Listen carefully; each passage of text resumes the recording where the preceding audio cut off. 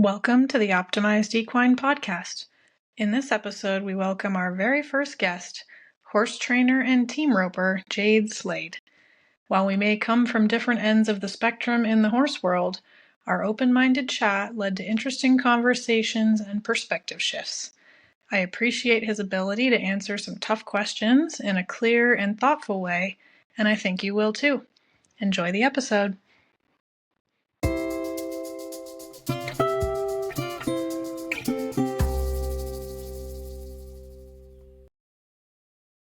Hello there. We are here today with our very first podcast guest.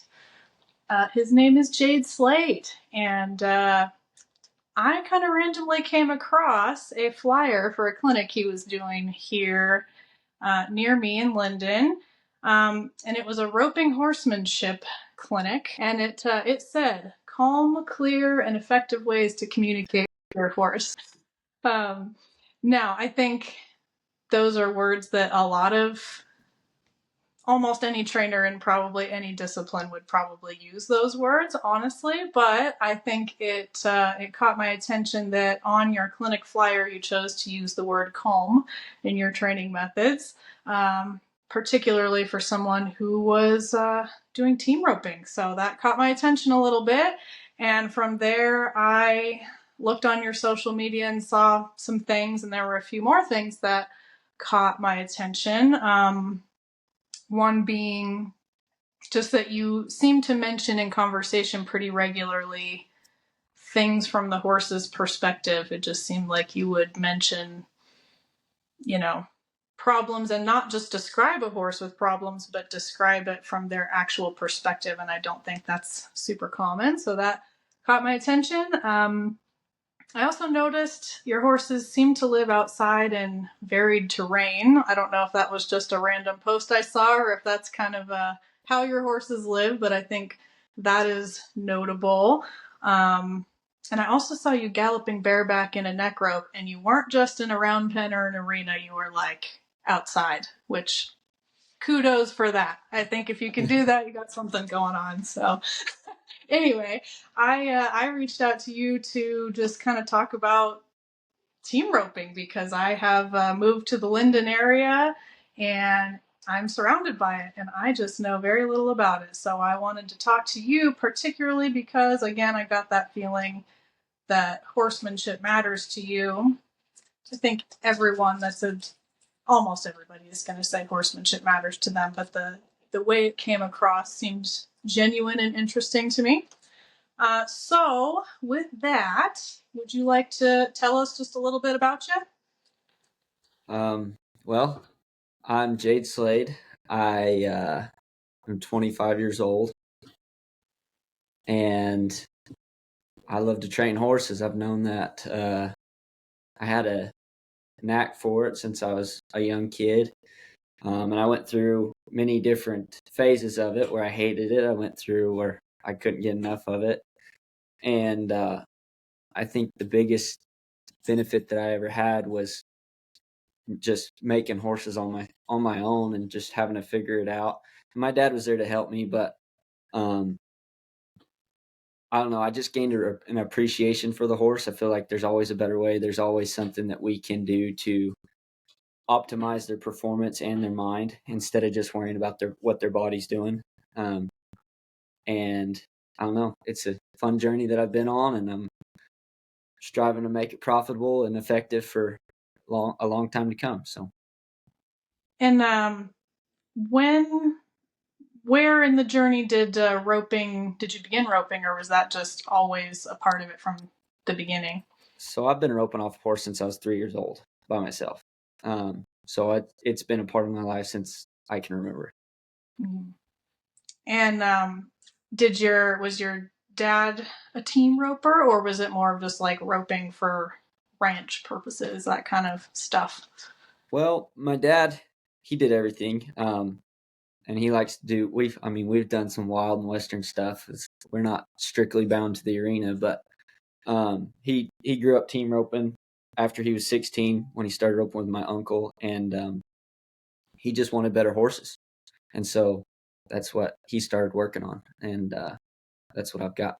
he's brought to the table for me. So. Gotcha. Now, Vanessa, I have a question for you. I know Okay.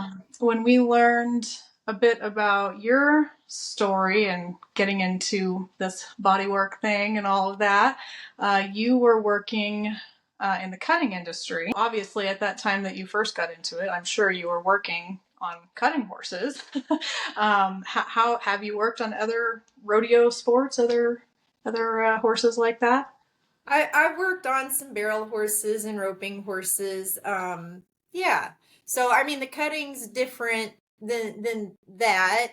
I would say it's kind of like doing this. I feel like the roping is like you have to do these two things at once, which is looks really difficult. But yeah, I mean you do find kind of specific restrictions and whatnot in the specific disciplines. So like roping horses, for instance, you find a lot of uh, more kind of tension in the left front right hind diagonal. And Jayde can explain that way better than me because of the way that the horse is used. That's like one big difference. And then, you know, a lot of times that lower neck, C7, T1 first rib area, tend to find a lot of tension there too, again, just because of the type of work that they have to do. Yeah, so. And certainly, I'm sure you would say, but I'll go ahead and say it. I'm sure you would say you see it's not just rodeo sports that we see like these sort of patterns in. Like certainly, you know, the English disciplines. Would you say the same thing? Like, oh, there's kind of a pattern I often see in hunter jumper horses. There's a pattern I often see in dressage horses. Like, do you feel like it's pretty? It's different. Yeah, the roping horses are a little different. Again, the biggest thing is that left front right hind diagonal. And again, that's something Jayde could educate me on why they're using that more. Most every other horse is going to have kind of more tension or a more dominant like right front left hind diagonal. And with the ropers, it's opposite usually. Well, I didn't think we'd dive into something that technical so fast, but let's. So, do you have a thought on what she's talking about that diagonal? Yeah, I see it a lot, and I'm always trying to be aware of it in my horses. A lot of times, like a head horse, when you run up and rope the steer, they need to step forward and across themselves in order to get in control of the steer. In the olden days, and people still do it, but a lot of people wanted to rope the cow and like get a hold of him and pull his head back to him. So that put a lot of weight on the front shoulders, a lot of weight on the left front, and then they want to pull him across their body. Well, therefore, it makes it really hard on the horse to reach up under with his hind end and come across with his front and then pull the cow. And so I think the way team roping's evolved is we're getting to the point where we want to ride forward and lead the cow more than drag the cow.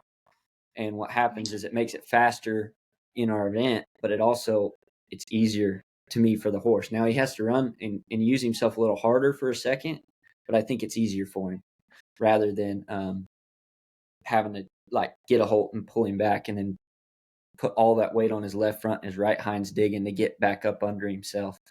And another thing with the right hind, when a head horse goes to face, he's got to reach it up under him and cross like they're side passing if they do it right and switch ends completely where he's facing his head towards the cow's head and the rope's got to be tight.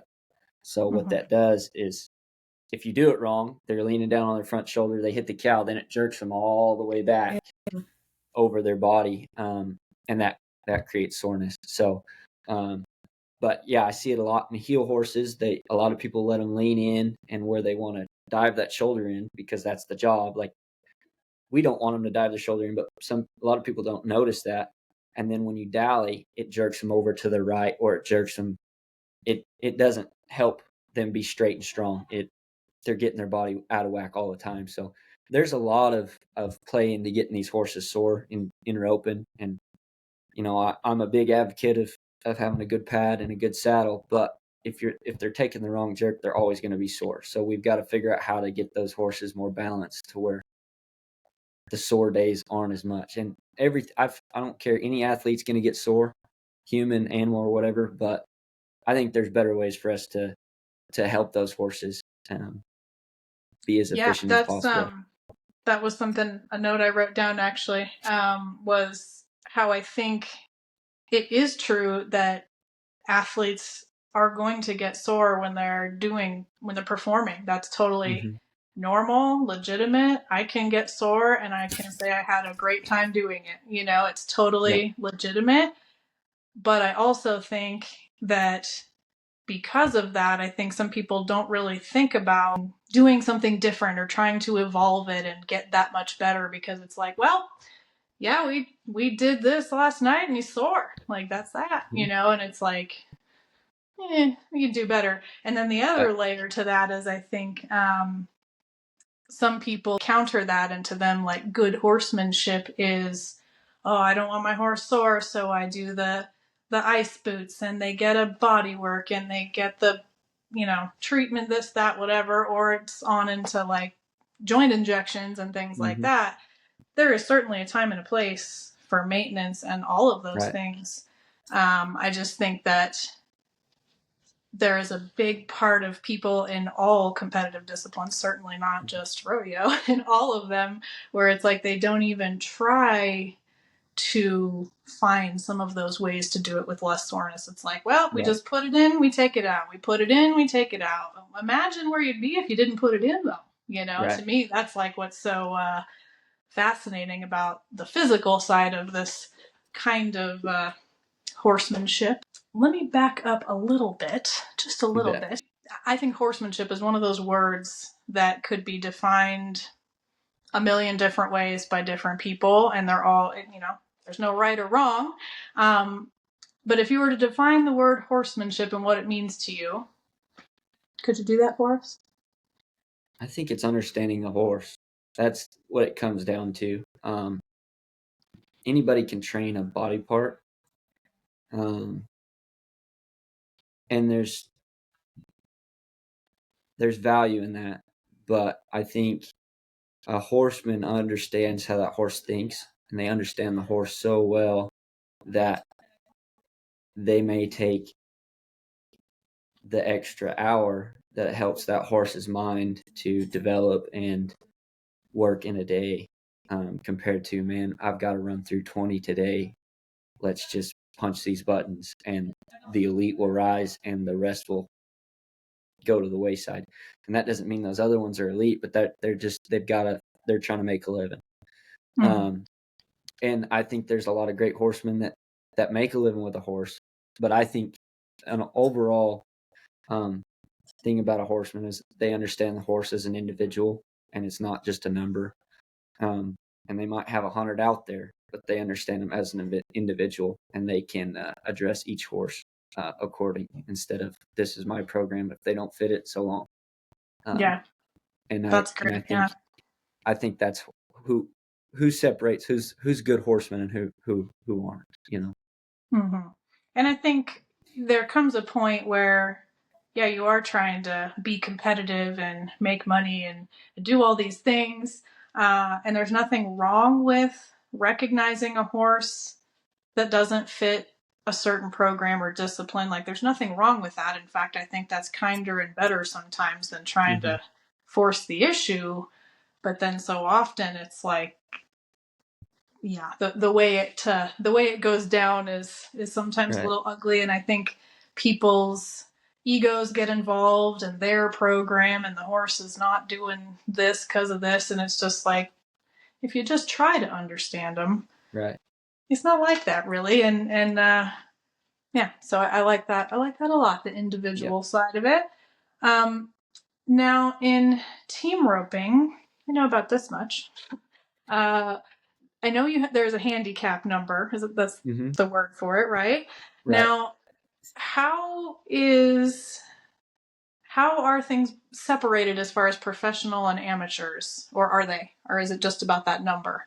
Well, it's a lot about that number. So they schedule the headers, which is the guy that ropes the steer's horns, from, they say 1 to 9, but I think it's about 3 to 9. is usually you don't hear of any ones or twos. You hear of 3 to 9 headers.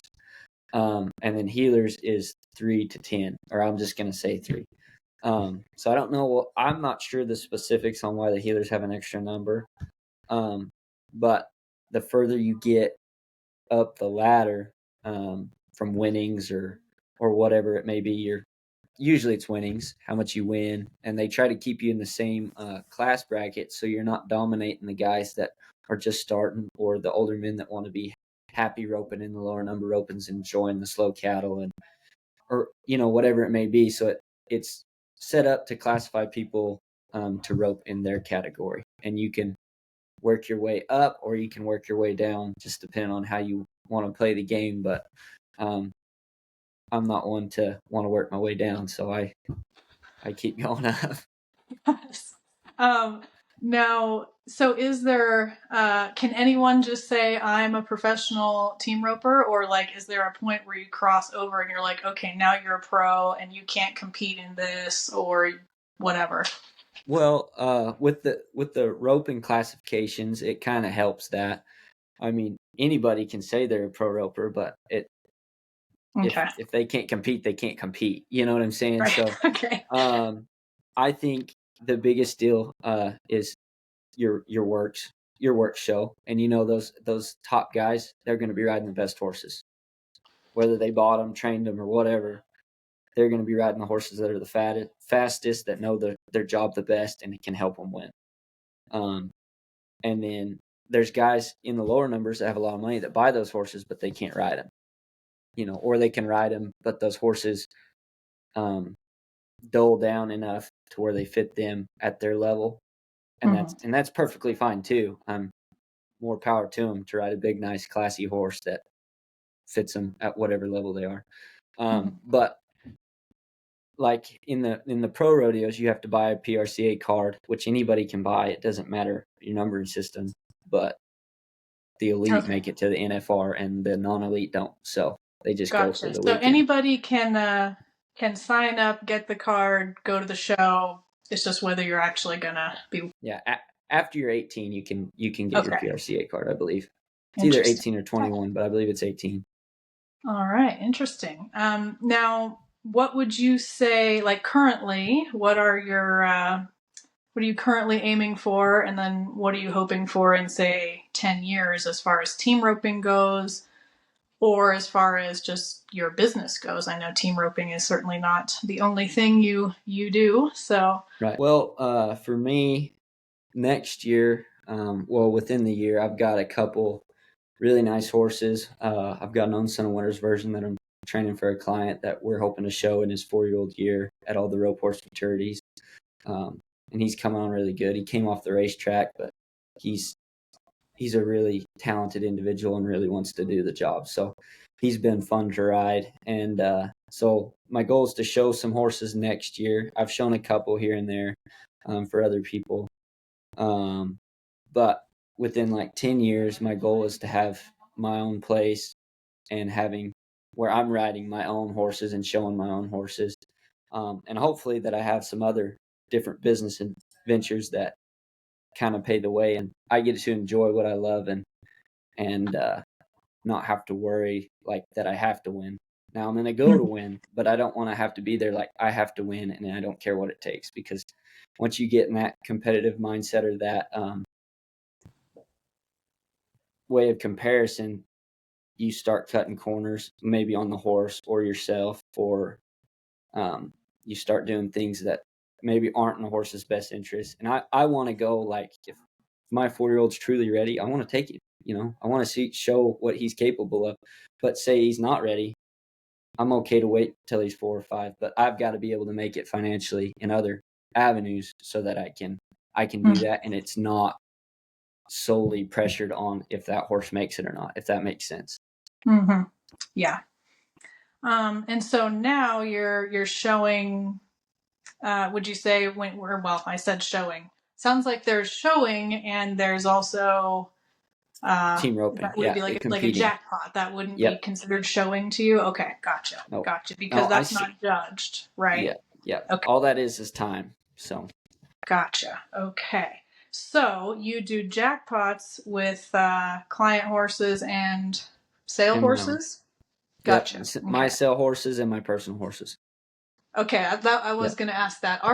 Do you have a difference? Some people have no difference between sale horses and personal horses. Their personal horses are just for sale, but Yeah. some don't feel that way. So do you have like a personal horse? No, all Okay. mine are for sale. They all have a price. For sale. That's why I don't ever have anything finished very long. Like someone comes along and buys him, and I'm like, I'll start again. Yep, all So right. Okay, so whether it's your horse, a client horse, whatever, what does your program look like? Like, I'm certain that not every run is the same as it looks like when you're in a jackpot.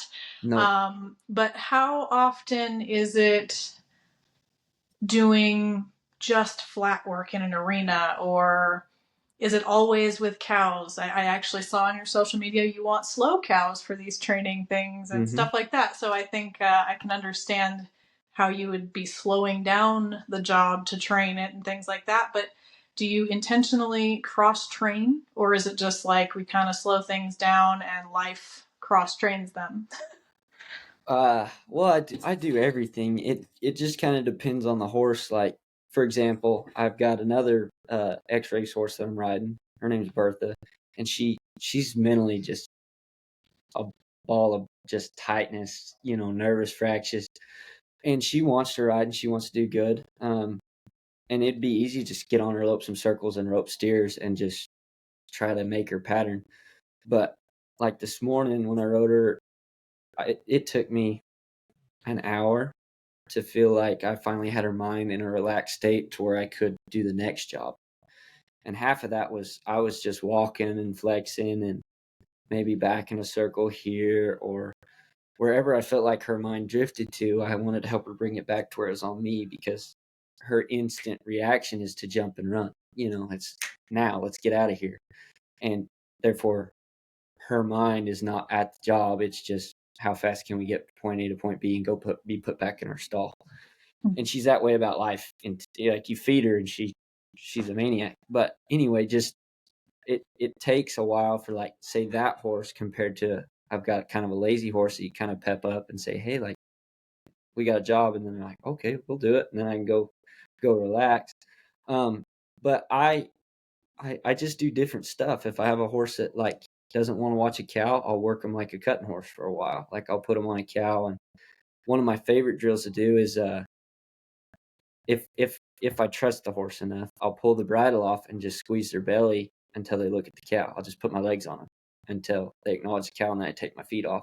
So what they start doing is they create that internal draw to that cow rather than me making them go, rather than me spurring them over there or turning them. Like I'll just hold it and they can wander or run off, do whatever. But then as soon as they acknowledge him, the pressure's gone, which is just my legs. And I've been in some wild situations with that too, because I tried it the hard way a few times first. But I don't know. Like I said, it's on the individual. If I feel like I've been heading on a horse for 3 days and I'm like, man, he's so good, why keep him? Why keep hammering on the same things? Like, let's go outside and ride the hills and across the creek, and maybe I work on his collection or something along the way. But it's not training all the time. It's, hey, go relax. And some days I'll give him the day off. I mean, I don't think there's anything wrong with giving a horse a day off, just like us, because even if they are really good at their job and they get sore over and over and over again, pretty soon they dread it. Pretty soon they start cutting the corner. Pretty soon they start not doing what we want them to. So why put yourself in that situation when you're like, man, he's so good 3 days a week, and it seems like Monday, Tuesday, Wednesday he's phenomenal, and then Thursday and Friday, man, this guy starts trying me. And I think the biggest thing I've learned is, instead of keep hammering on him, keep trying to, like, hey, you're going to do this and you're going to do it right, it's okay, why?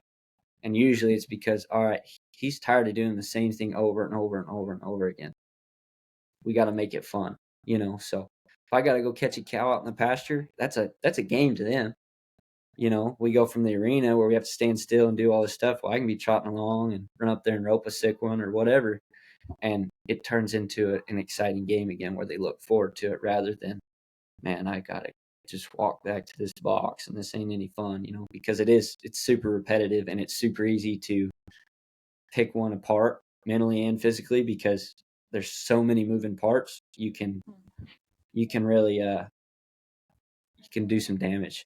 So like you said, my program, it's different. I prefer to start them. I prefer to put the first rides on them. I have a lot less problems that way.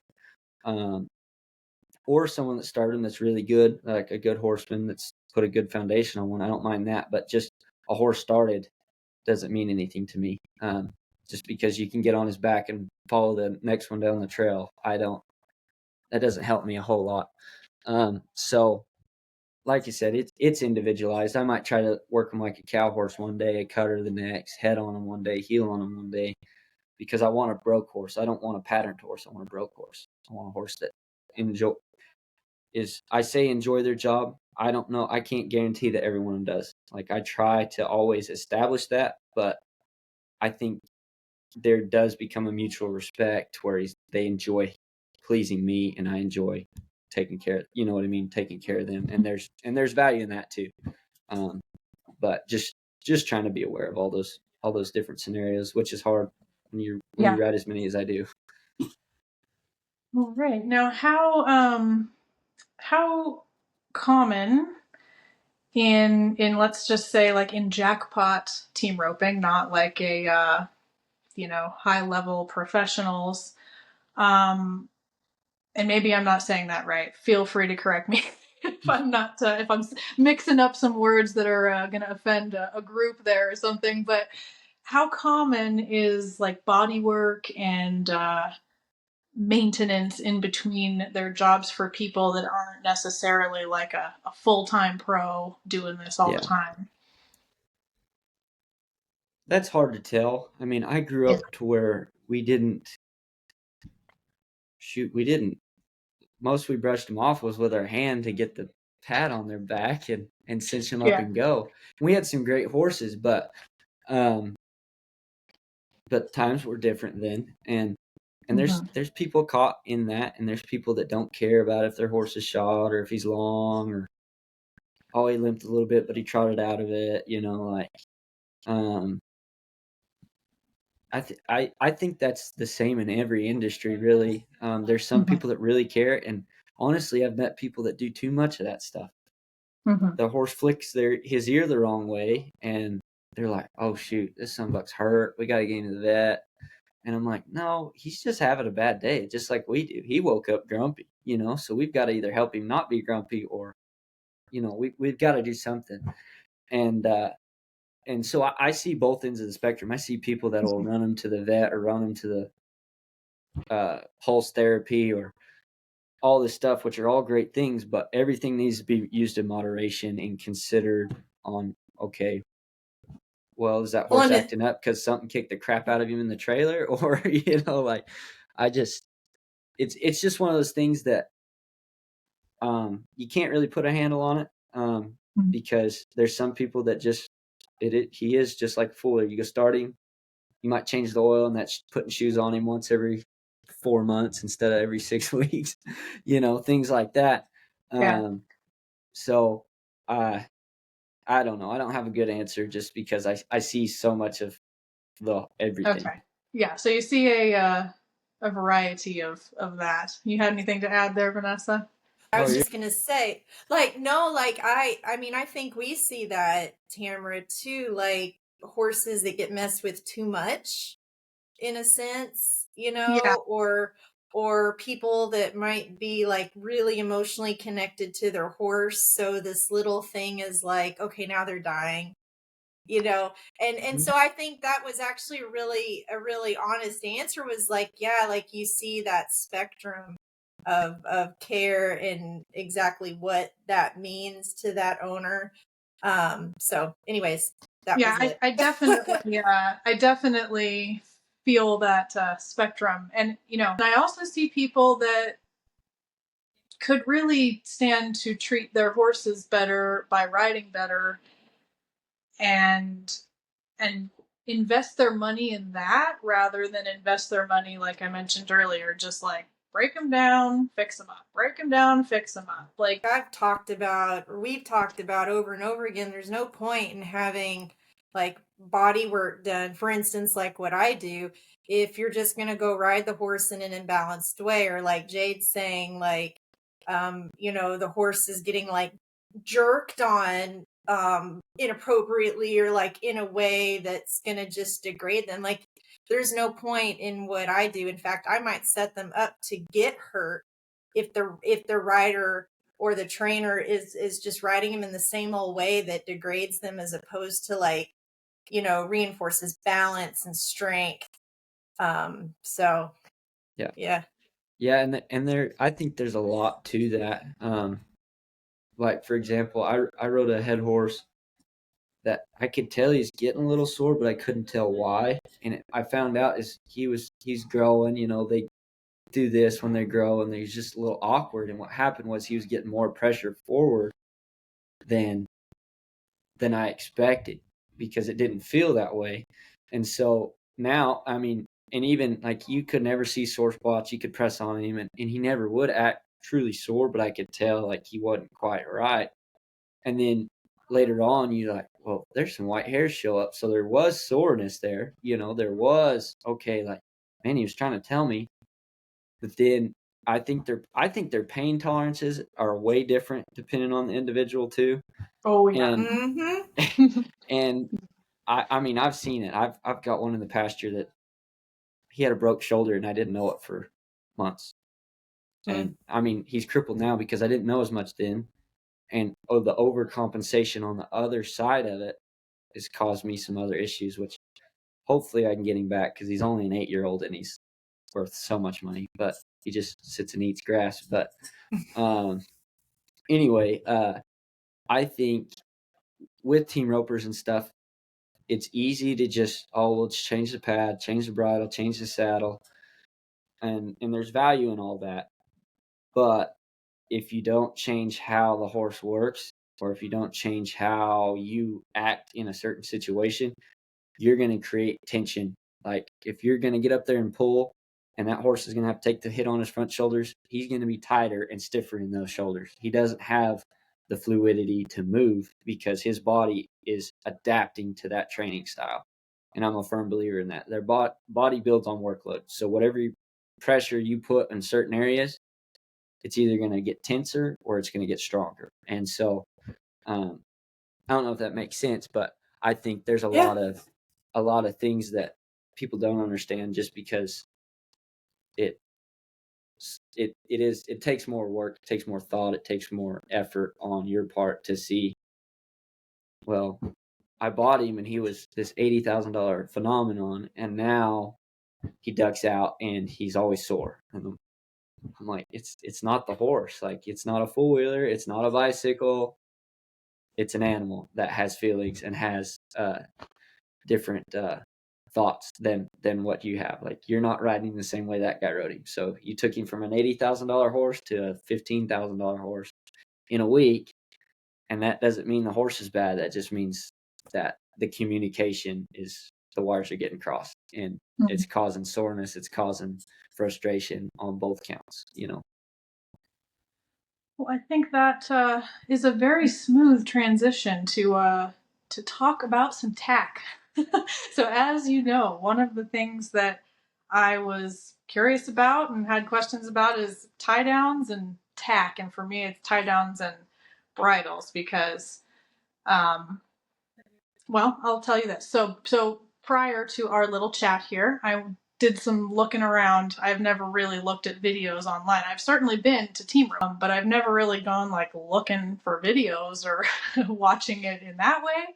So I did, and I was able to find some videos where tie downs were significantly looser than what I would say I've generally seen. When prior to that, when I think of team roping, like the picture in my mind is that horse stopping and it's got the bottomed out tie down, it's got the bottomed out rein, and its mouth is open. That's what I see all the time.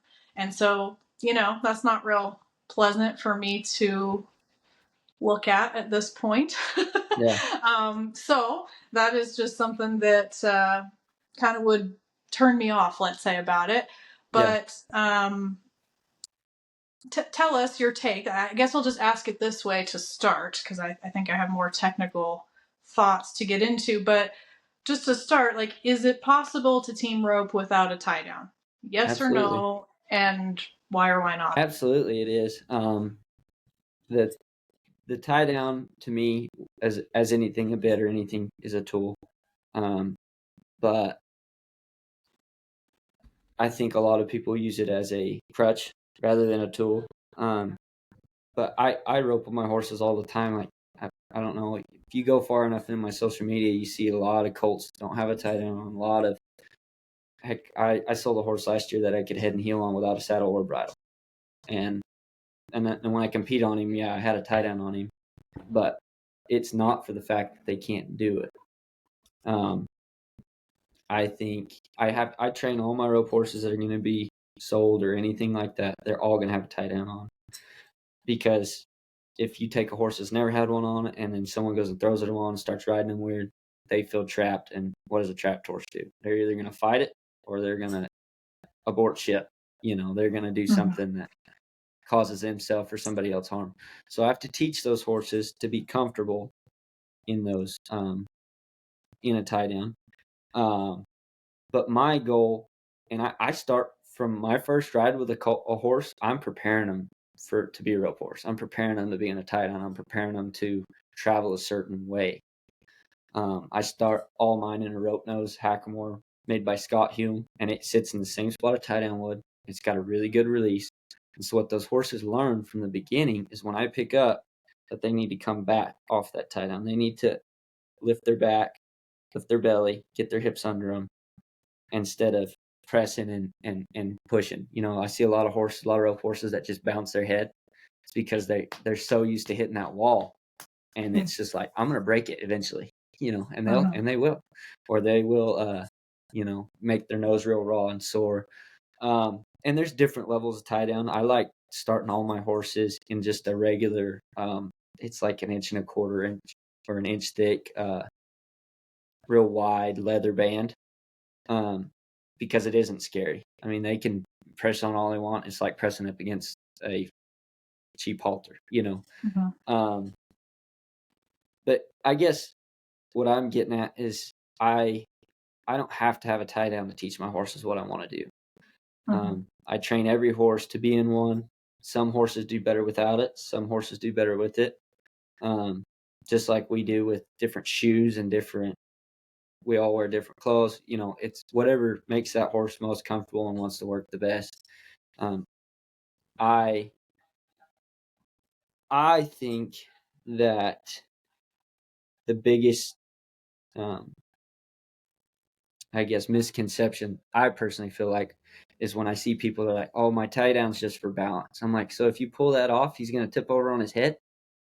No, he's going to run around with his head up in the air. And so technically you're making balance happen. You're making him stay in this frame instead of teaching him to stay in it, teaching him to want to be there and be in an athletic position. Because as soon as they pull it off, what does he do? He throws his head up in the air and he's looking at the stars. I call it stargazing. Anyway,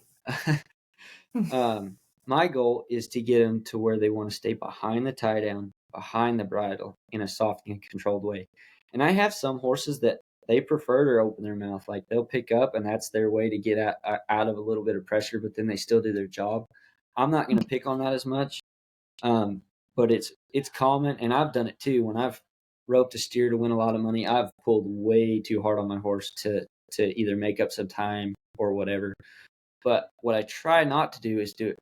I do it very little because I want it to mean something. So when I pick up, instead of them throwing their head up and trying to just run back and get in the pressure all the time, that it makes them sore. I want them to hold that pressure and just be ready. And then if I pick up, I need a little more. And that takes the brace out of it. That keeps their body softer and more physical rather than just want to run in there and dive around and throw their feet down and run backwards. So I don't know if I quite answered the question. No, I think you did. That was a nice answer, honestly. Sorry, I don't mean to cut you off, but I mean, like, this from my perspective, like, I have worked on some roping horses that I think have kind of, like you said, they've been kind of like forced into that with the tight, maybe it's too tight or whatever, or just the way they were trained. And so you go to work on their head and neck or their jaws, and they just, I mean, like, rip your freaking shoulder off. And you go, okay, well, then whatever equipment was being used wasn't like beneficial for that horse. And then of course your shoulder's hurting afterwards, because they just anytime they want to get out of something, they just immediately, right. And so and that's not all the time, but I have seen that with some of the roping horses I've worked on. So I think you gave a great answer, and it's that I was really curious about that too. Like, I'm glad Tamara asked that. It's really nice to know that it can be done without that. But if it is done, it's a tool. And, you know, I didn't even think about that like, if you're sending these horses out into the world with somebody else, it sounds like it's pretty commonplace to use a tie down. So then, you know, if you're sending them out not knowing what that equipment feels like, I can see how that could be detrimental for everybody. So I personally really liked your answer. Very impressed by your answer. So I've just been in enough situations. Like, I was riding, there's a horse named Rusty, turned out to be a phenomenal head horse. And I was going to put him in a tie down one day. You know, I'd been riding him all summer. I was 12, 13 years old. He was, I mean, that sucker was stout, just wild, strong, snorty. And he was riding good, but that was just his nature, just a big, strong athlete that was scared of a lot of stuff. And I was like, I'll just put a tie down, put it a little long. And so I'm loping him around. I'd pick up, and he stops, and I went to turn his head. And when he touched it, when it hit his nose, this sucker jumped up and broke in half, just because he was like, something's got me, and I don't know what to do about it. And he thumped me hard. And then, you know, just problem solving through a little while, like, hey, I caused that because I made him feel a certain way. And so I try to be, as a trainer and a horseman, I try to be able to set the horse and the owner up for success. Because if I don't put that horse in enough situations to think through them, I'm setting that owner up for failure, because I know he's going to not think about something and put him in it and then not know how to get him out of it. And then it becomes this, oh, he got in a bad wreck, he's traumatized, he's never going to get over it. And I don't like that. And another thing I was going to say, as far as with tie downs, is I think I call it like the racehorse effect. You know, you see every jockey is lean forward, pulling on the bridle, and I know some of them will pull a little harder to get those horses to push harder to race, right? Well, what happens if you turn him loose? That horse has no, like, he's like running left and right. And I don't know that to be exact, but this is a thought that I've been thinking about. If you turn a racehorse loose, is he going to run as hard? I don't know. I don't know if he's going to turn back and go like, hey, like, what's going on? You know, are you all right? Like, because this ain't the normal. And then so they start problem solving, and then they might start bucking.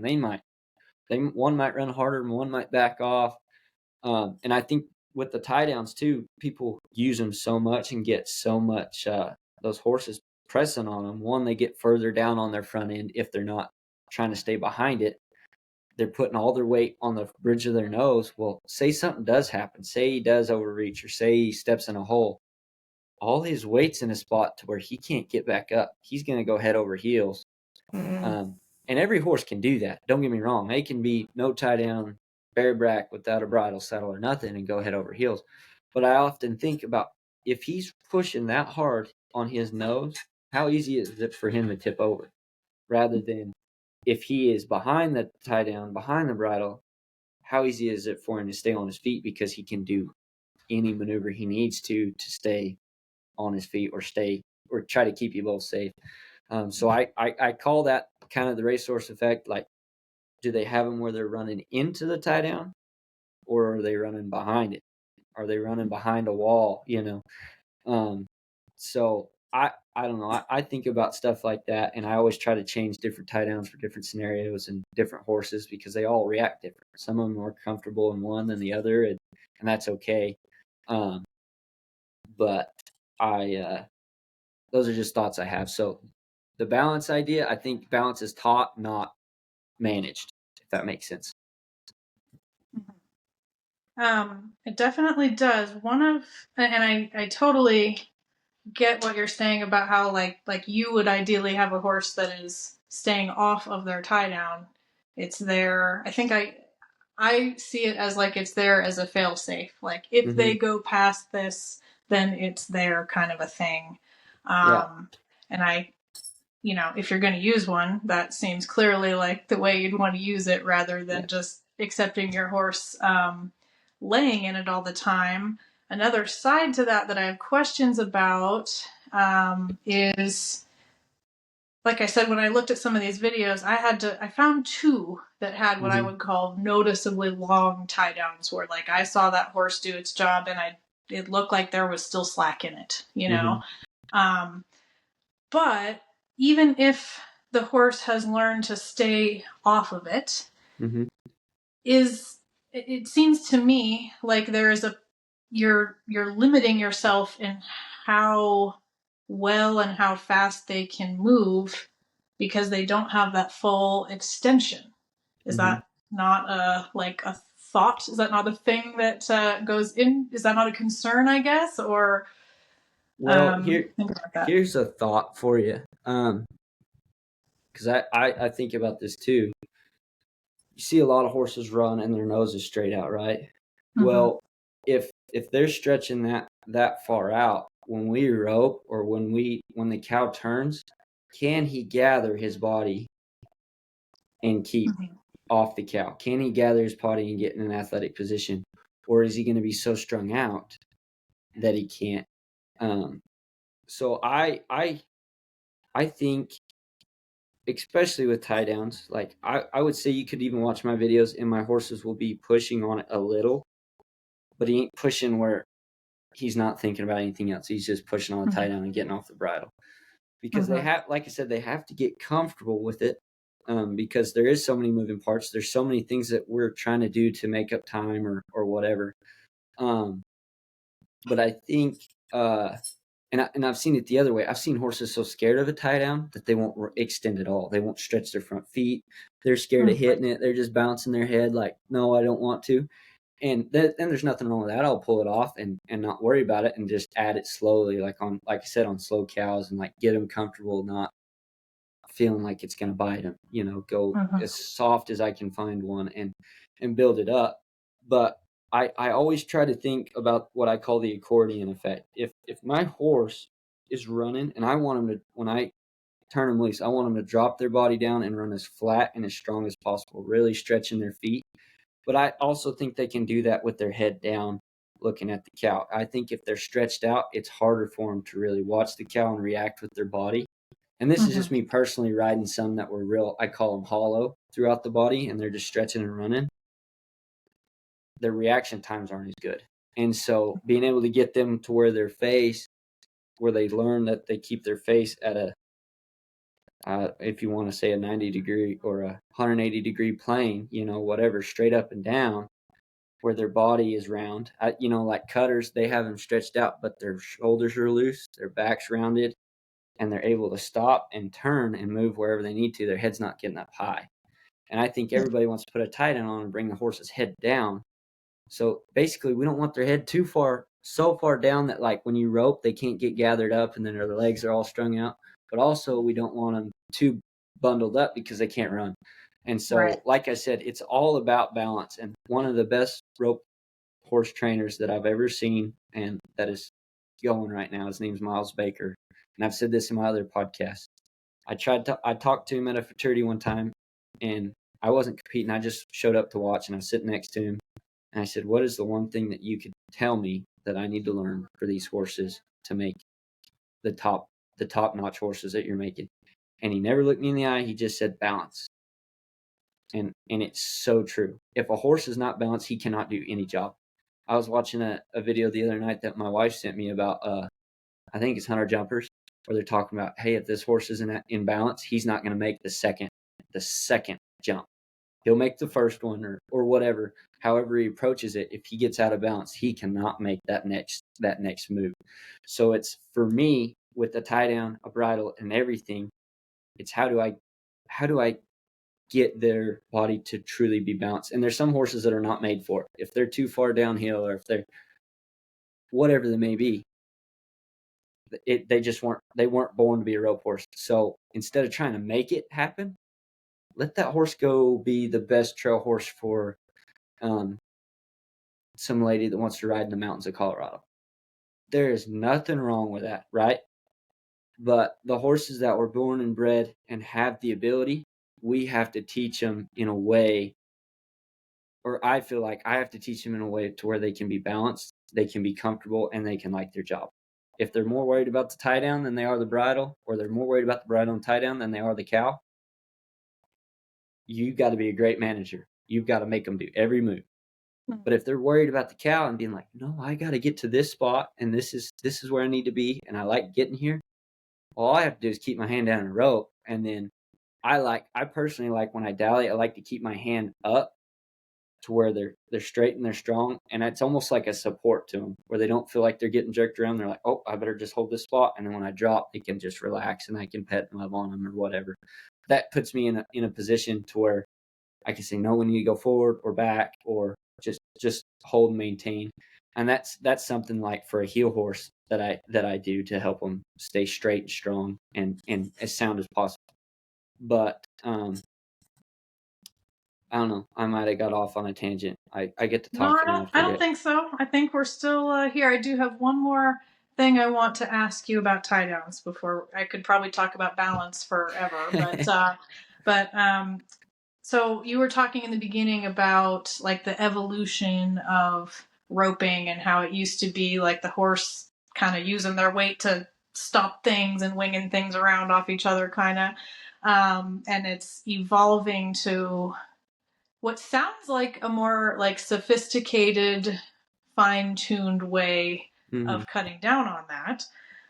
Do you feel like it is, and this is not by any means any kind of trick question, genuinely, right, like, is it possible in 40 years, let's give it a nice long window, 40 years from now, could the evolution be that people aren't using tie downs to get that extra something from their horse? What are your thoughts on that? I don't know. I think, for example, you'll never see me in a tie down catching a cow in the pasture. It's dangerous. They can't say we get in a creek. They can't get their head up to swim, whatever. But I think the sport in itself, there's so many moving parts. I promise you, we could pull the tie downs off of most of those horses and get by.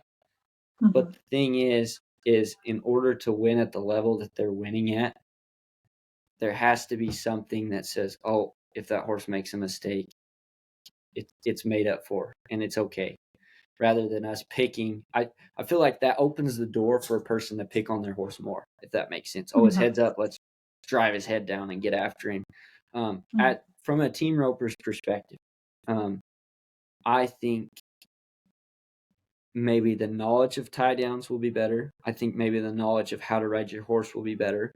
I think, and I see it a lot more. I see a lot more people loping them without their tie down clipped, warming them up, softening them up. Because if the horse, that's the first thing they feel, they're automatically not going to be as soft as they are if, they have it on their face, but that's not clipped. It's where they can move their head wherever and travel however. And that's how I warm all mine up. Heck, some days I'll just put a snaffle on them and warm them up, and then I'll go get my bridle and tie down and then go rope on them. But I don't think it's going to go away. I think the knowledge will be better. I think the horsemanship is getting better. There's so much more money being put into the ropings and the rope horse fraternities, and there's horses being bred for it now, rather than us just riding a reject cutter or reject reiner or a horse from somebody's backyard that turned into a great rope horse, whatever. There's horses actually being bred to live for the sport of team roping. You know, I've seen cutting horses that will cut a cow and look as elegant and as graceful as you've ever seen, and then you get on them and they ride like a dink. But they were bred to be a cutting horse, and someone let them be it. And you go to rope on them, and they're throwing their head around, and you know what I mean. And you're not even touching the face; they're just it's a completely different sport. So I don't know. I think these horses are being bred and evolved for the sport, and I think people are educating and learning more because there's so much money, there's so much opportunity. But the tie downs aren't going away. I don't think that. I personally don't worry about it too much. I think it's more the user than the tool. So, one more quick question, if I can, on that subject. Yeah, was go ahead. You mentioned, you said if we just took them off, like a lot of these horses would get by. What does that look like? Like, and I certainly, your horse versus like Joe Schmo's horse without the tie down might be a different deal. But like, Yes. tell me about the spectrum. Is it that they don't stop? They get crooked? The head flips you up and hits you in the chin? Like, what happens if you take it off and you're just getting by? Okay. You get what I'm saying there? Yeah. So here's some different scenarios. Like, say your horse isn't broke very well, and they pick up and he throws his head. Right. Well, the header rope catches his rope on the horse's head, and then he's beating him around on the horse trying to get his rope off. Well, then you're creating a whole lot more problems in your horse's mental realm trying to fix that rope. Then you've got, like, say for me, I might slide a little bit of rein might slide a little bit of right rein. I might slide a little bit of left rein to help complement my horse in a different avenue. I look at like a reiner, for example. When you watch a reiner, a finished reiner, it's very, very subtle that they ever pick up the reins. They want a big, long droop in those reins. They're riding them from their seat, whatever. But if you watch that horse, could you imagine that horse run into a cow and then asking him to drive his hips up over it and put a C in his body and drive forward and then face and turn without picking up his head? There's too much interference from a rider, you know, and the cow's doing something. Like a reiner has a pattern. A cutter, they're going off of that horse's natural born reaction or whatever they've trained into them, and they can manipulate with their feet. But you get docked if you pull on their face. You get docked if you pick up. The cow horse is a little different, but they've worked so much on those horses get truly balanced. They're wide open, but you watch one cow horse, he might really draw and collect, and the next one looks more hollow, but he's doing the same stuff with his body. So they're playing to the horse's natural instincts. But roping, there's a header, there's a hailer, there's two ropes, there's a cow, there's a guy sitting on another horse with a flag stopping the time, and there's a barrier. There's so much going on that a person has to manage more. You know what I mean? Like there's plenty of horses that I drop the reins, pull the bridle off, whatever, rope a steer, but I can't do that every time because that leaves it up to, well, it looks really cool, but I'm not going to go do that at the competition, because if something happens that I see that maybe I can help my horse be more prepared in a situation, I want him broke enough to where he's like, okay, I understand, and he's waiting for me. But if I just say, hey, it's solely on you, most people don't have that amount of trust in a horse, especially team ropers. I shouldn't even say that. I promise you, in any discipline, if you said, hey, pull the bridle off and see if he does it, they panic. And guess what? Then the horse panics. Yeah. So But I don't forget know. pull the bridle off. I mean, shoot, in where I started out, just let's see some slack. They can't even. Yeah. You tell them to go to the buckle of the reins, and they can't do it. And those horses, kind of like you were talking about on the racehorse thing, it's different. But they're some of them are never ridden without contact ever, and the contact is complete garbage, and so they are a loss. ship in the sea. They are Yep. a hot mess. They don't even know Yep. how to, they look nothing like a natural, beautiful horse, Nope. you know, And so. I don't know. Those are just my thoughts. People will probably agree, and some people might hate me for my answer, but I don't really care. I just think that everybody's sport's different. Everybody uses different stuff. Like, I'm not gonna ride an English saddle, go rope a cow in the pasture, or go whatever. Now that'd be cool. Might make a video out of it or something. But I'm not gonna go do that and go compete. I'm not gonna go do that and um, whereas a reiner's not going to go put a tie down on and go show him in the reining because this horse can't do the same maneuvers. And I've seen some great horses without a tie down. I really have. Yeah. But usually they were like an ex-reiner or something. And usually to me, reiners are a little lazy and a little slow anyway. They're looking to drag their butt. And so I need a little more. I need a lot of forward. I need a lot of reverse. I need a lot of so many different moving parts. Like, usually my cutters are too scared of the cow for months. Like, can't get them. And it just takes a long time to build that confidence. So I think, like I said, with them breeding roping horses, they can be bred from a reiner background and a racehorse on the other side or whatever. But they're breeding these horses for a specific job. And they're just like anything. A horse bred to cut wants to cut, usually. Horse bred to rein wants to rein. Horse bred to rope probably wants to rope. And there's always freaks in every avenue. But I think those horses generationally evolve into different training, different advance, and that's why people keep trying to progress it, so they don't have to do as much to teach the horse. The horse already instinctively knows a lot, and it's not as big of a problem. Well, I did really like what you said about. There was just something I hadn't thought of before, in that you were mentioning like the tie down. While I may not love certain aspects of it or how it looks when when I see all these horses like leaning on it and running into it, but I can appreciate that in that situation, even if I think the horse is strong on it, that it really may be sparing that horse quite a bit, actually, as far as what would happen to their mouth. If that wasn't there as a failsafe. I've never thought of that before. Now, it's very easy for someone to just say, well, then you shouldn't, if you can't do it, then, without that kind of pressure, then you just shouldn't do it with horses. And that's, that's a different kind of person. And that person's never going to be okay with roping or a lot of things for that matter. And I also think that person who likes to glamorize this like natural horse life and movement, it's super important. It's like a huge deal. But, our horses are better with us than without us. They are, and if they're not, then you need to really look at what you're doing. But, like I can help my horse's posture and balance far more than they're ever going to do on their own, far more than they're going to ever be on their own. So anyway, I like that thought on it. Vanessa, what are your thoughts? I know been a long day. No. Yeah. I know you certainly must have some thoughts on the tie down discussion here.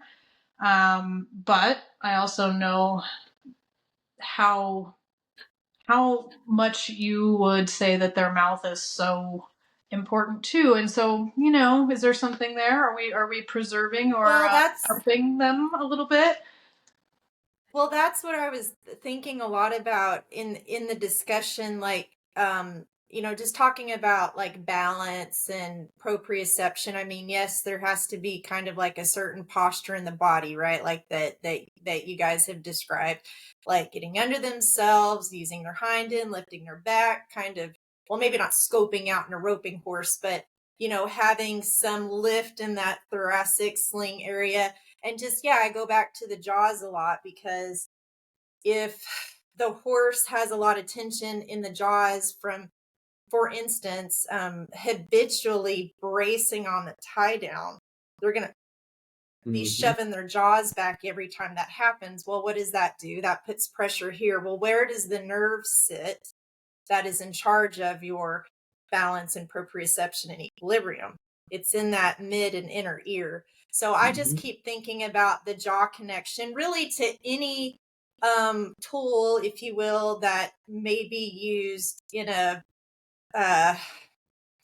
inappropriate way. If it's creating more tension on those structures that are just going to inhibit the body kind of knowing where it is in space and time, then that's a problem. Like I said, I've worked on roping horses. I know barrel horses are a totally different sport, but I've worked on really nice horses that I thought had nice jaws, heads, and necks. And okay, maybe they are using a tie down. Well, it's not at that point detrimental. But then I worked on, some horses that, like I said, just rip, rip, rip.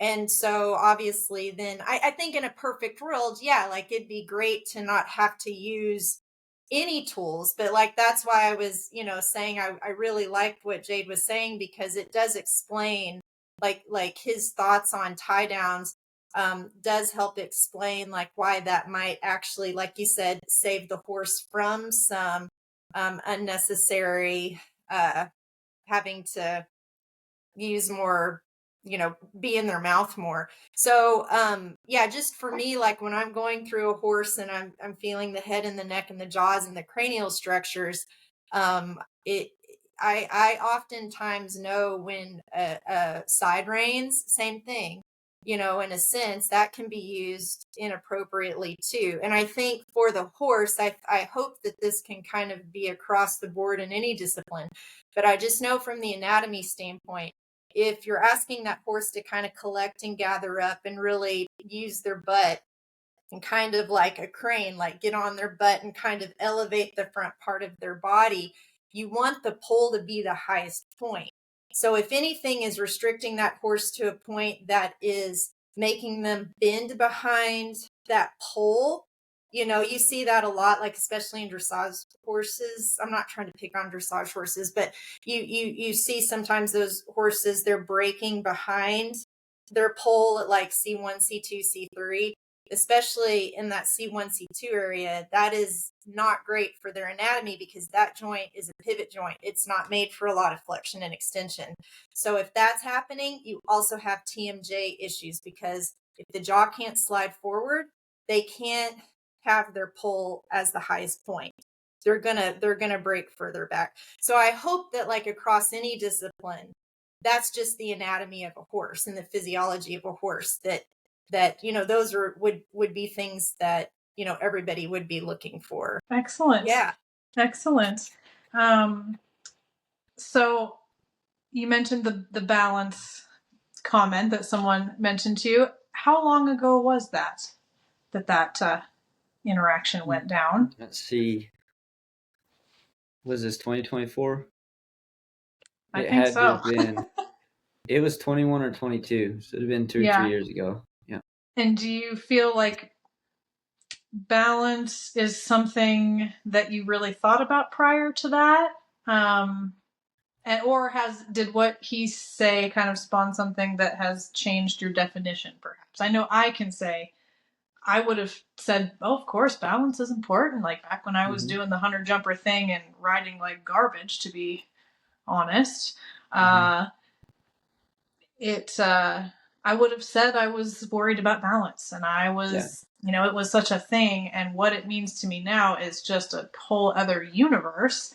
And even what it meant, let's say 5 years ago. 5 years ago, I was well out of hunter jumper land and deeply into, what I'm doing now.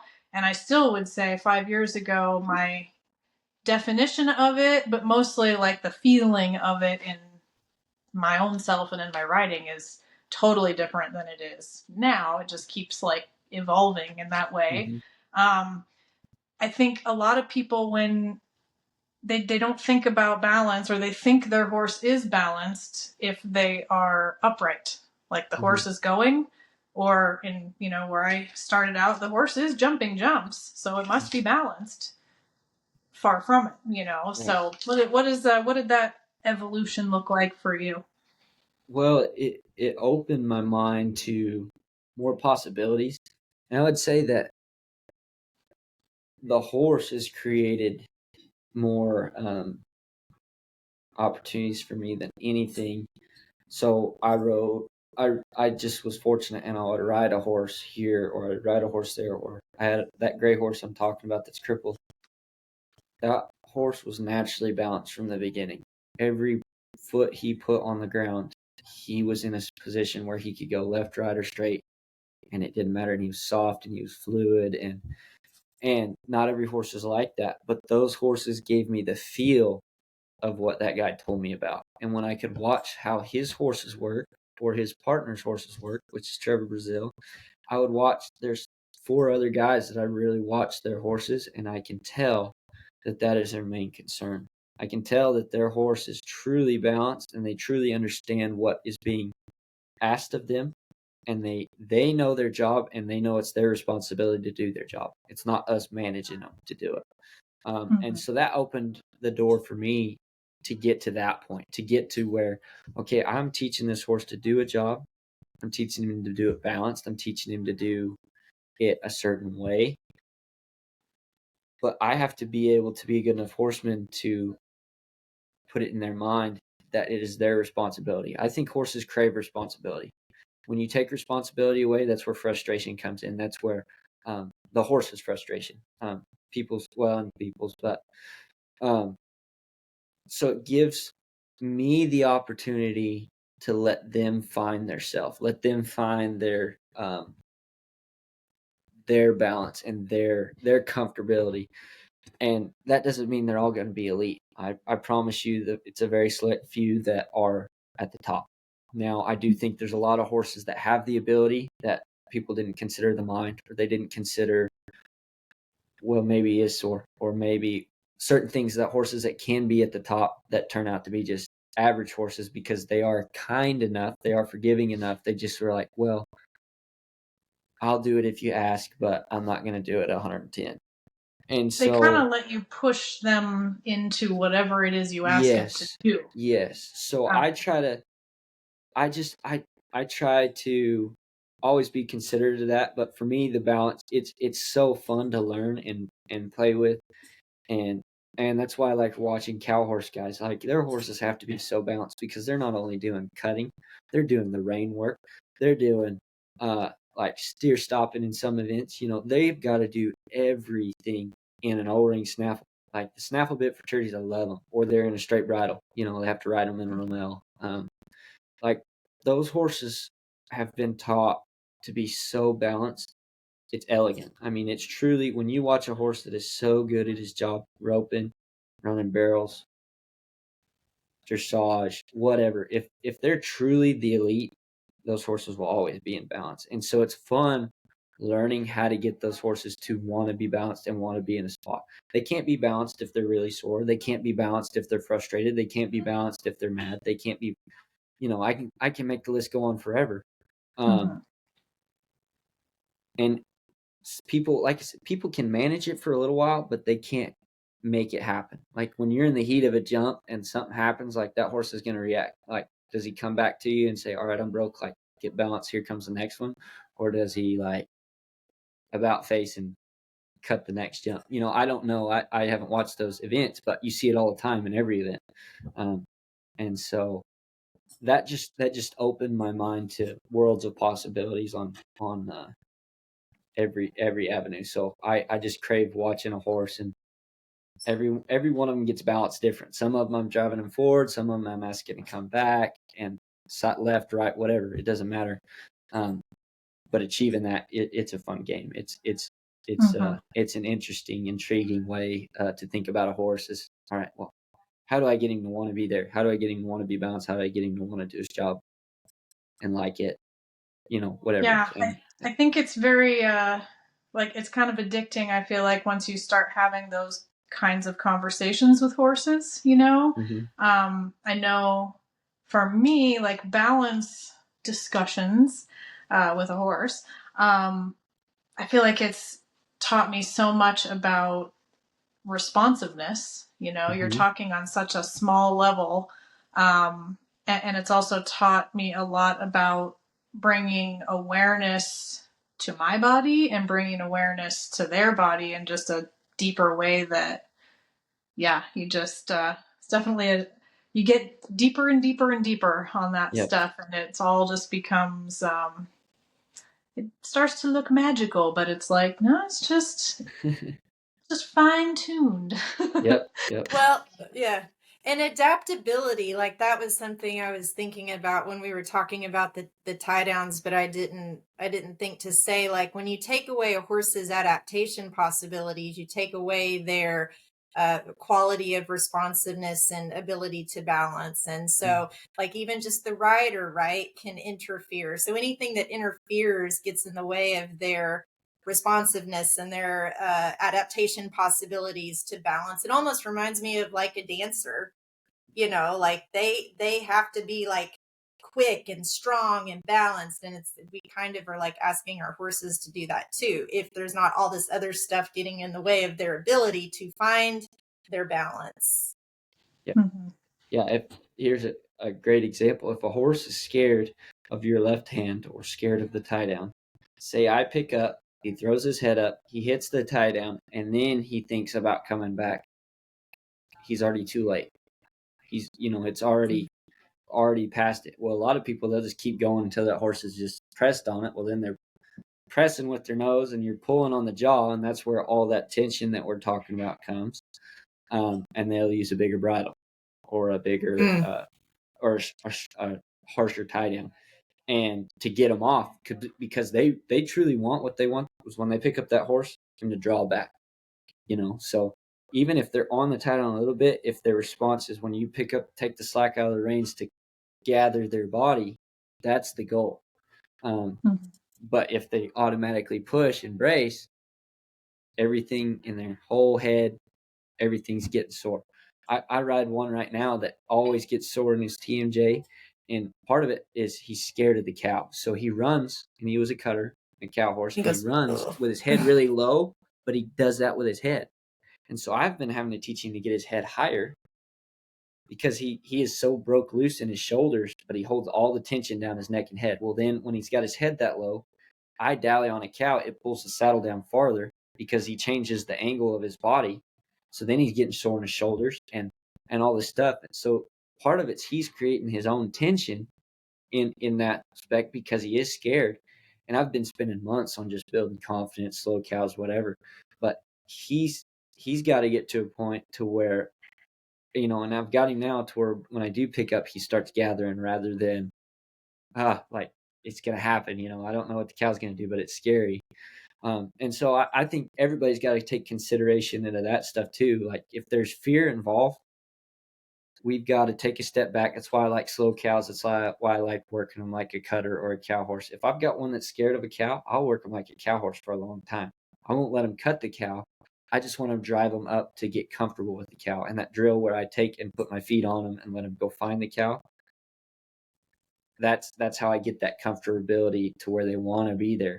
They also got to respect it. They can't just pile drive him, run him over, or bite him, or whatever. But the start of it is, I think with it going back to the tie downs, going back to balance and all this stuff, horses can have their heads too low. They can have them too high. They can have them too far out. They can have them too far behind, tucked together, and still be strong, still be running off, still be tense and nervous, whatever. Like I've seen horses that when they run, their nose is touching their throat and their tie down's loose, but they're still running off because they've gotten they're hiding essentially from the bridle. They're hiding from the pull. And it's like I said, it's just our job to get that smooth responsiveness and take that brace out. Because if we come in at them hard and sharp every time, they're braced up. They're expecting you. Like if you come in with a spur and you lift, you can kind of push their body wherever. But if you come in and stab them, they might jump. Well, the next time they stick their rib out. They stick their rib at your spur because they're like, man, you're going to hit me in the like just like us punching our friends in the shoulder. You're going to hit me in the shoulder again. I'm going to tighten that muscle. And so we've got to think about that with our horses. If you just go to roweling and punching and pulling, and I've done it, I had to catch myself the other day because I just frustration. I didn't know what was going on. And, I'm like, hey, like, you need to pay attention to me. Like, you're not paying attention at all. And I'm like, hey, wait a second. He doesn't understand. and I'm getting mad. You know what I mean? So if you get stuck there, you're gonna make them more tense. You're gonna have to get a bigger hammer, and then pretty soon there's no bit, there's no tie down, there's nothing that you can do to say, hey, come off, because they're to the point where their whole body is so tense and so nervous or so in this save myself mode, they cannot work for you. They might do the job, but they're not doing it in a way that is graceful or elegant or purposeful. They're just doing it to, okay, if I get through this hour of my day, I can have the rest of the day to myself, kind of, you know. So that's just kind of my thoughts with. Yeah, I really liked the way you like described that on that horse. Like, you didn't just stop at the first problem of, oh, when I get the cow, the saddle's doing this and this angle. Like, you take it all the way back to, well, actually, he's uptight. And then actually, you know, you definitely, there's a lot of layers to go back through, you know what I mean? And I think that's, that goes back to what we said in the beginning about knowing the horse as an individual and being willing to not just be like, this is what we should be doing right now and this should be working, and it's not, so I'm going to do it harder. Like, there are so many factors. It's just not needed there. Well, I think that'll probably do us, huh? Shoot, I can talk all day. You just do whatever you want. Well, I know you have a clinic coming up here. Tell us how you do that. You have one day that's horsemanship, one day that's roping focused. Is that what you'll be doing? Well, both will be focused on horsemanship both days. Yeah, and that's next weekend. I don't know if I'm going to come or not. If I can get enough people, I'll come. But right now I've got just kind of the borderline to make it worth it. But this is something new that I'm doing that I've kind of evolved into, is I want to do like the first day, because I feel like sometimes I leave people out because they think, oh, they're roping, they're not going to work on horsemanship, which really that's all we're working on all day. But people, their mindset gets stuck. Oh, they're just roping, whatever. That's a roping clinic. So my thought is if we can have a day to where, say they bring their green horses, like, I don't care if a horse has never been started before, like, whatever, you got a problem horse, like, let's work through those problems. And if you're a roper, bring your rope horse. Let's see if we can get him softer. Let's see if we can get him more responsive on the ground. Let's see if we can get him to lope a prettier circle and not be bothered. And I encourage people to bring many horses, because I see it all too often at roping clinics or different things. Like, people will go and they want to get better at roping or whatever, and they'll run 20 head on their horse, and never once was that guy, oh, he's getting real hot, let's score him. Well, pretty soon he gets pretty savvy to the scoring, and he gets savvy to, okay, I'm getting mad, and here they come, they're going to score, and let me breathe a second. Really, he's wanting to just breathe a little bit. So I try to get it to where people can understand their horse in a personal level. This is my goal anyway. Personal level without a rope, and then the next day bring your rope, and let's put the two together. Let's put and if you want to come just for the roping, great. If you want to just come to work your rope horse and rope the one day, great. If you want to come for both days, I encourage that, because your horse is going to be way better, and your knowledge is going to go further than what you can get in a single day. So you can understand, hey, when I saddle this horse and he does this, well, what do I do about it? And that's my goal. Rather than just, hey, saddle warm up and we're going to go straight into roping the dummy, and I will address the problems as I see them. Just like we've talked about before, there's problems previous that are probably going to, if we could go back there and work on that, then when it comes to the roping, that problem will still be there, but we can address it better. We can understand why our horse thinks the way that he does, why he's doing what he's doing. And it could be soreness, it could be saddle fit, bridle, it could be their riding is sloppy, whatever the thing may be. But that's why I kind of want to start doing the 2-day deal, because the 1-day deal, I can always help. I've seen a lot of success in people getting their horse help one day. And even if I have to get on their horse and show them, like, look, you're not communicating effectively. Watch this horse melt when I do X, Y, and Z. Watch this horse relax. We're still doing the job, but he's doing it out of want to rather than have to, and frustration. And I don't know. That's my goal. Is I want people to understand that you can do the sport that you love and you can enjoy your horse, and you don't have to fight all the time. You don't have to argue, because there's the horsemanship side. There's a lot of people that want to do, oh, here's every cue for every horse, and this is what we do, and it's all slow and it's all beautiful and it's all monotonous. Well, then when I want them to call upon their horse and say, hey, we've got to go from here to there right now.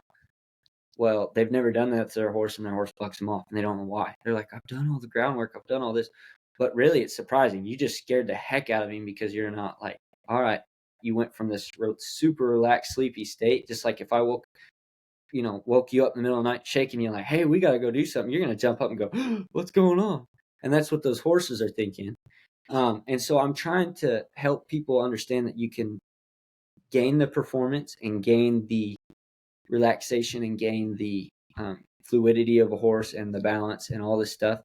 And you can do it from the ground. You can do it from, and I'm big. I'm not going to groundwork too long. Like, I want to be on their back, but there's value in it. There's value if their horse is running them over on the ground. What do you think he's going to do when you go rope a steer? He's going to run him over. He don't care. He don't have any respect for anything. And so I just try to, I want to bridge the gap a little bit. I want to help people be able to put performance and horsemanship together. And I do see that. You see that in the cutting and the reining, and you see that in the cow horse, because to me, they've been around. There's been more shows, right? So there's more incentive for people to get better, because they're like, okay, here's the glory of my horse winning the snaffle bit for Turdy. Like, here's more glory even if they don't train them, but they own them, and they send them to the best trainers, right? I just want to bridge the gap for the common person. I want to bridge the gap for everybody, so that they feel like they're included and they can get benefit out of their horse. And that, I don't know, that's my goal. With my clinics, is I felt like there was a need. I felt like there was a need to, if you want to go learn a rope, that's great. That's fine and dandy. But if you can't ride your horse, you're never going to be the greatest roper. So I just kind of want to bridge that gap and help people learn how to win with their horse, instead of they learn how to win and their horses along the way, and they'll go buy another one. And there's a time you outgrow them. There's a time that they do get sore. There's a time all this stuff happens. But I think you can get more out of each individual horse and more out of yourself. And that's the path that I'm on. Like, as we develop our own person, our own self, our horsemanship and our performances get better, rather than us fighting like in this competition mode to get one thing or the other, when it's a very fluid, very easy way to get to a higher level if you take the right steps. And so that's kind of my goal, rather than just trying to buy your way in or trying to make it happen because you want it so much. And there's a lot to that, but I think if a person learns how to be a good horseman, understand your horse, and learn how to rope and do it together, you're going to be better in the end than you are if you just learn how to rope and then, oh, I'm just going to ride horses and then I'll go get a new one when this one's broken. You know what I mean? So I think that's just my goal. Optimization is, call it optimization, call it whatever you want. It's not just stuff for high performance. It's amazing for high performance. It's going to get you like more potential, but it's for everybody. And it doesn't, doesn't everybody want their horse to be more comfortable, last longer? Everybody really wants that. I think some people just don't see it as for them or necessary. And I think some people see it as a drag because they haven't got into it far enough to see how kind of addicting and fun it is when you're operating on that level. They kind of see it as, well, I could get a little more out of my horse, but whatever. We're just trail horse. I don't need it. But once you actually get into it, it becomes so addicting. And then, like you said, I feel like there's no way around. Once you get to that level of horsemanship, you're going to find stuff out about yourself. You're going to have like a personal journey there as well. I think maybe that's the hard part for some people. I don't know. But it is. For me, that's been, the most amazing part, really. The most amazing part in my And the riding is just a fun bonus, really. So, yeah. Okay, well, it has been a lovely chat. I love talking with you, and I learned a lot, quite a bit. So I look forward to. Good job. I'm not going to demonstrate that for us because I'll probably. Anyway, yes, I learned a lot, and I had a great time. So I look forward to following you and seeing what you do. You bet. Alrighty. Thank you, guys. Bye. Thank you for joining us. If you have questions or comments about the show, or if you have something you would like us to discuss on a future episode, we'd love to hear from you. And as always, if you enjoyed the show, please share. Vanessa and I really appreciate your support. We will see you next time.